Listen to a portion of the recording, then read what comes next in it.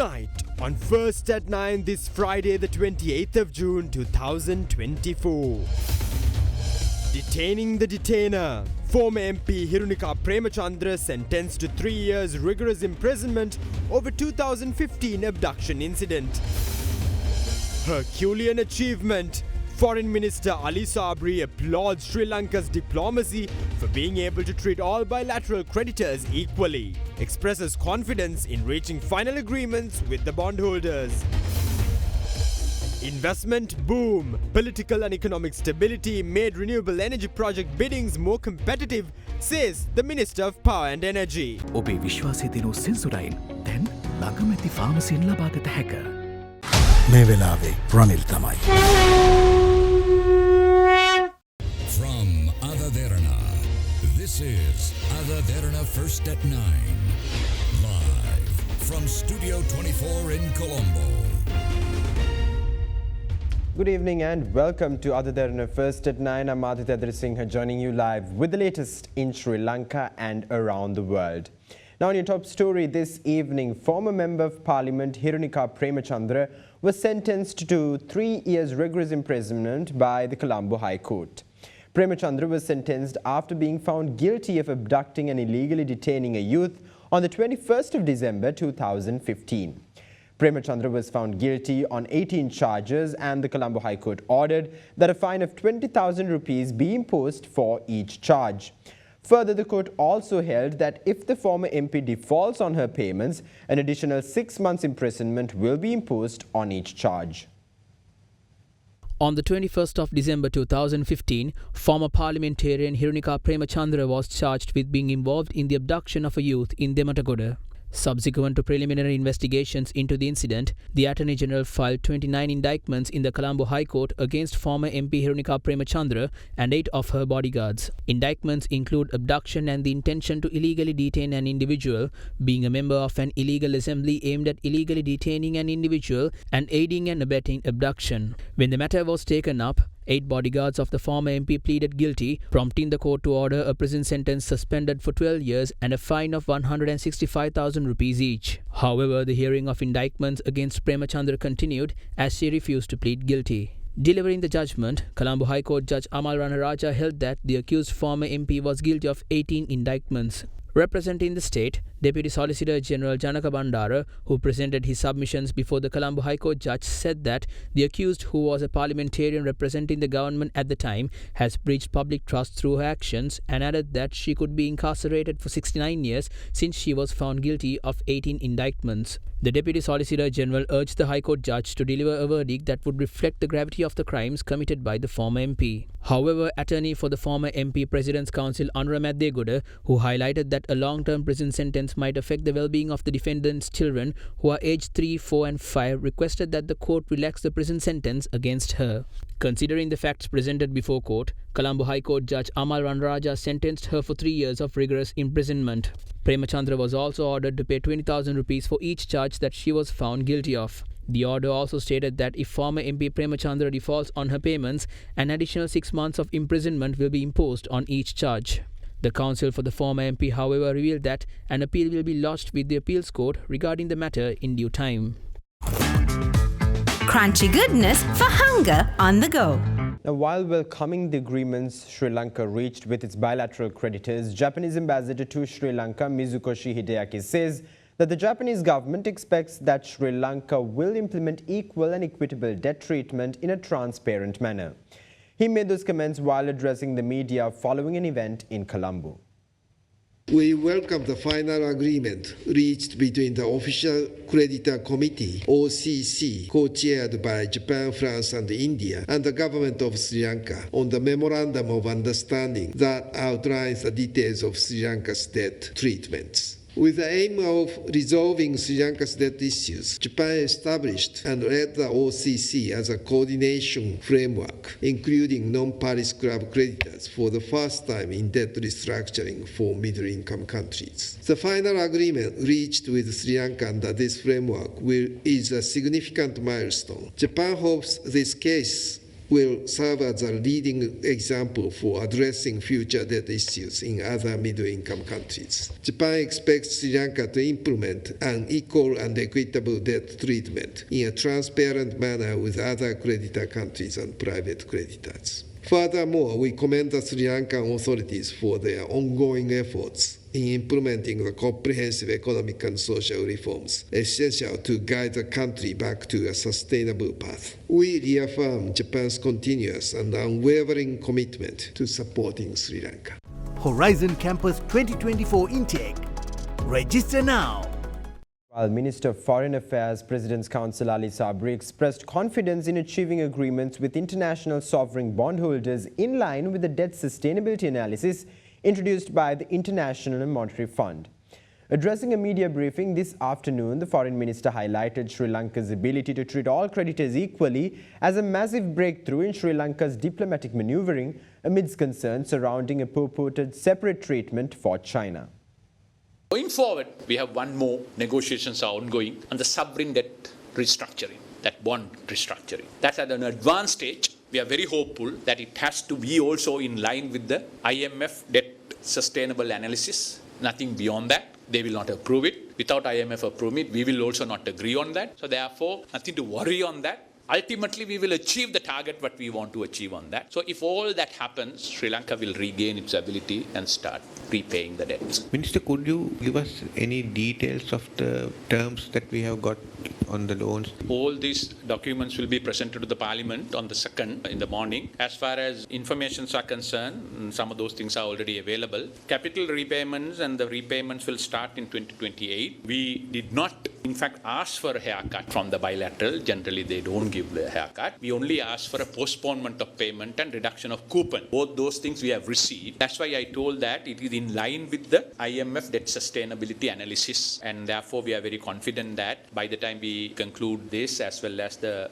upcoming sovereign debt restructuring, we could continue to confidently service these loans without further defaulting never. During the start of the debt structuring negotiation, there were concern about China being treated differently. India, US, and then IMF, they raised this concern and said everybody should be, all the creditors should be treated equally. How did you all do that? Yeah, that's a massive breakthrough what we have achieved in our diplomatic maneuvering and also intervention. We are very grateful. China agreed on what our course of action was to. They were very cooperative. They shared information on parallelly with everyone. So it was transparent. Everyone knew what the other were doing. So whatever OCC agreed, we told we cannot do anything less than that or more than that. So therefore, the ultimate treatment is universal. Exactly what the Paris Club got, the non-Paris Club members got. Exactly what the non-Paris Club members got, what the Chinese got. So China, India, Paris Club, everyone, as far as the bilateral component is concerned, are treated equally. Now in other news surrounding Sri Lanka's economy, Minister of Power and Energy Kanchana Wijesekara says the country's recently well-achieved political and economic stability has resulted in the bids for renewable energy projects in Sri Lanka becoming more competitive as a greater number of developers have started to take part in the bidding process. The minister went on to say that Sri Lanka is well on its way to achieve its target of adding 150 megawatts to the national power grid in 2024 through rooftop solar projects, with 132 megawatts already being added during the first 6 months of this year. Following the calling of tenders for the 50 megawatt wind power project in Mannar, 3 bids of 4.88, 4.98 and 5.9 US cents per kilowatt hour were received from Windforce PLC, Vidu Lanka PLC and Lakdanavi PLC respectively. Meanwhile, the 165 megawatt small renewable tender received responses ranging from 15 to 29 rupees per kilowatt hour, which are currently being evaluated by the Ceylon Electricity Board. Following the receipt of the bids, Minister of Power and Energy Kanchana Wijesekara stated that in light of the competitive nature of the recent bids, the Ministry of Power and Energy has taken steps to revise the high feed-in tariff rates for future renewable energy projects. In his post on the X platform, the minister went on to say that the Power and Energy Ministry hopes to conclude the awarding of the Mannar and 165 megawatt small renewable tenders to the lowest bidders within the next 2 weeks. However, significant significantly higher costs of proposals entertained as expressions of interest without competitive tender have drawn criticism from the opposition, unions and industry analysts. Speaking at the Presidential Media Centre, Foreign Minister Ali Sabri commented on the reasons for the price disparities. The Indian Adani has given us an offer of 8.26 cents, whereas locally we have got bids for 4.88. Is the government trying to renegotiate the price? Without getting into the details, you can only look at the value itself and decide. In the Adani area, some of the grid integration and all those things, they have to invest and do it. And then at the time that they went for foreign loan component, our country's debt situation is not good. Foreign banks were charging a premium on that. Meanwhile, Minister of Power and Energy Kanchana Wijesekara highlighted that Sri Lanka has been able to connect over 1,000 megawatts to the national grid from solar power generation by June this year. 944 megawatts have been connected from rooftop solar development, while 156 megawatts have been added through ground mount solar development. Taking to X, the minister added that Sri Lanka will receive the target of adding 150 megawatts per year through rooftop solar development, having already connected 132 megawatts during the first half of the year. According to the minister, by the end of the year, Sri Lanka will have added over 1,000 megawatts to the national grid through rooftop solar projects during the period from 2013 to 2024. Now, meanwhile, opposition leader Sajith Premadasa highlights that a government-to-government MOU was signed for the 500 megawatt wind power plant in Mannar to completely evade the competitive bidding process, which could have led to more favourable energy prices for the Sri Lankan people. Addressing a gathering in Ratnapura, the SJB leader went on to state that no answers have been provided to the Public Utilities Commission, which requested copies of the Memorandum of Understanding signed between the two governments in furtherance of the wind power plant. The 7th District Rally of SJB Samagiranaviru Balavegaya was held under the patronage of opposition leader Sajith Premadasa in Ratnapura today. Our country is very unfortunate. Those who gain power off the backs of the corrupt are now misappropriating Sri Lanka's wealth.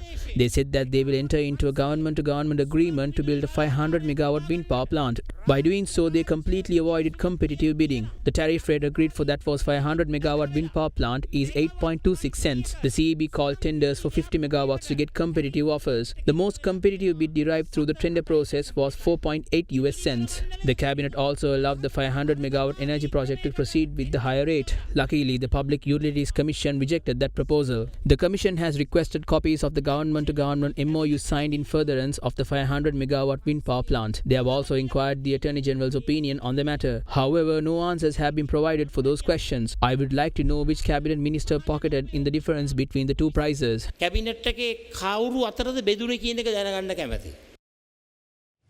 Now, leader of the National People's Power, Anura Kumara says the key priority of a government led by his party will be to develop the country's education system.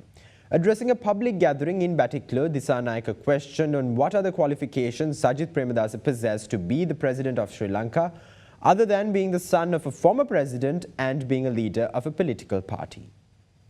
The Batiklo District Teachers Conference of the National People's Power was held yesterday under the patronage of NPP leader Anura Kumara Disanayake. The country's educational system has an important role to play in the country's economic development. That is why the NPP's main policy is to develop the education system. Every Sri Lankan is expecting a change in this country. There will be a decisive presidential election which will facilitate that change.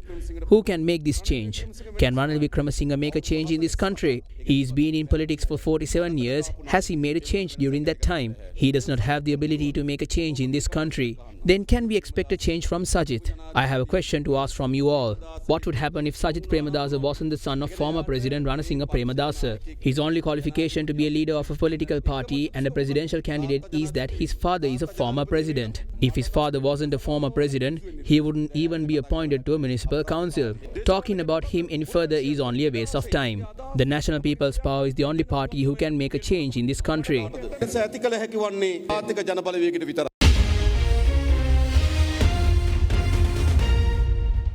Welcome back. Now, Minister of Foreign Affairs, President's Council Ali Sabri revealed that most Sri Lankan war veterans who are fighting in the front lines of the Russo-Ukrainian war have already obtained Russian citizenship, making it difficult for Sri Lankan authorities to represent them. Addressing a media briefing, the foreign minister highlighted that the Sri Lankans who obtained citizenship of another country without applying for dual citizenship will cease to be Sri Lankan citizens. A high-level delegation including parliamentarians Dayasiri Jayasekara, Gamini Valebada and Defence Secretary General Kamal Gunaratne, led by State Minister of Foreign Affairs Tharaka Balasuriya, visited the Russian Federation to discuss matters pertaining to Sri Lankans who are deployed in the Russian Armed Forces on contract. The discussions took place on the 26th and 27th of June. According to the Minister of Foreign Affairs, the Sri Lankan delegation held discussions with the Russian Federation's Deputy Minister of Foreign Affairs, Andrei Rudnenko, along with Russia's Deputy Minister of Defense, Colonel General A.V. Fomin. Discussions centered on the 17 Sri Lankans killed in action, the payment of compensation for the deceased and the wounded, the plight of the uncontactable Sri Lankans, the possibility of voluntary returns, early termination of contracts, and regularization of remuneration. During the meeting, Sri Lanka proposed to establish a joint working committee comprising officials from the two sides. The proposed committee would meet regularly to address issues and concerns of all Sri Lankans who have been deployed. The Foreign Ministry stated that both sides agreed to continue engagements on the matters at hand. At a media briefing this afternoon, the Foreign Minister was also quizzed on the discussions the Sri Lankan delegations had with the Russian authorities. Honourable Minister and the others had extensive discussions. There are some issues which we are facing there. For example, most of them apparently had taken Russian citizenship. In terms of the Sri Lankan law, if you take some other country's citizenship, you lose Sri Lanka citizenship. So if you are no longer a Sri Lankan citizen, we lose the right to represent them. It's a huge problem for us,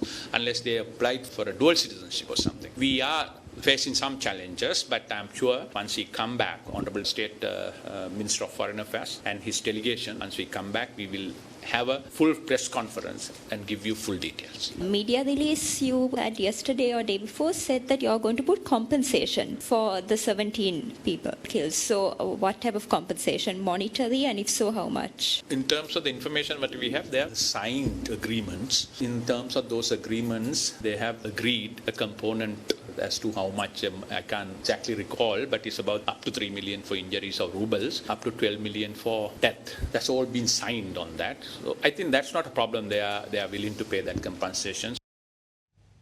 Now, the launch of a book authored by wartime Army Commander Field Marshal Sarat Fonseka was held in Colombo this evening. President Ranil Wickremesinghe, who graced the occasion, stated that there are many more services that the former Army Commander can render his nation.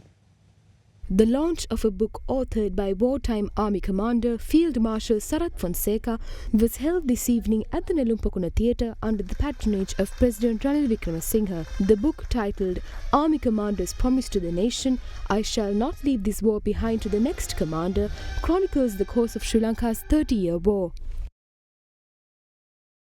The name of the book implies the promise that I gave to the nation in January 2008. Of course, in October 2008, I gave another promise to say that I shall not allow the terrorist leader to commemorate Mahaviru Day, commencing from next year. I am proud and humble as I accomplish both the promises on time. In my book, it is explained in detail bold and harsh decisions I had to take. Out-of-the-box approaches as against traditional practices, robust and ruthless leadership, dedication, commitment, perseverance, and undaunted determination and courage that we had to exhibit. Winning the Iran War attributes to the huge sacrifices made by the war heroes. If not for their sacrifices, writing a book about the war victory wouldn't have been a reality.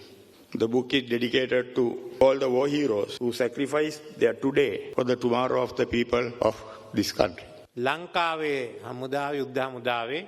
Fonseka is the first and only officer of the Sri Lanka Army to hold the rank of Field Marshal. When I became Prime Minister, there was a question of who should be given the responsibility of securing Jaffna. I told the then Commander of the Army, "You have asked me for a division and I'm giving you a division. I'm also giving you Sarat Fonseka, who is worth a division." He accepted the responsibility of securing Jaffna and held it until the government could stabilize. That was a turning point in the war. This was one of the most difficult wars the world had ever seen, and he finished it. Even after ending his military career, he had to endure hardships in his civilian life and political career. When he was imprisoned and later stripped of his civil liberties, he endured them resiliently. That shows the strength of his character. I believe that there are many more services he can render for this country. All soldiers never die, they fade away. In this instance, he won't fade away either.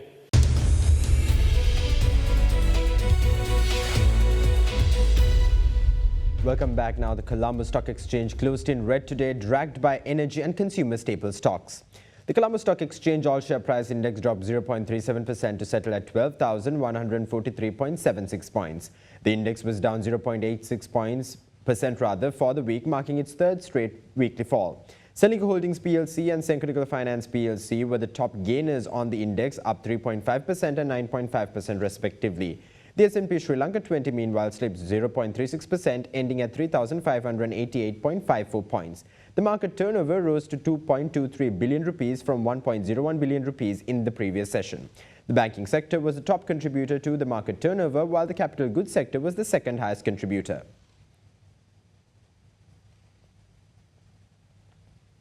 Now let's take a look at the rupee exchange rates during the day.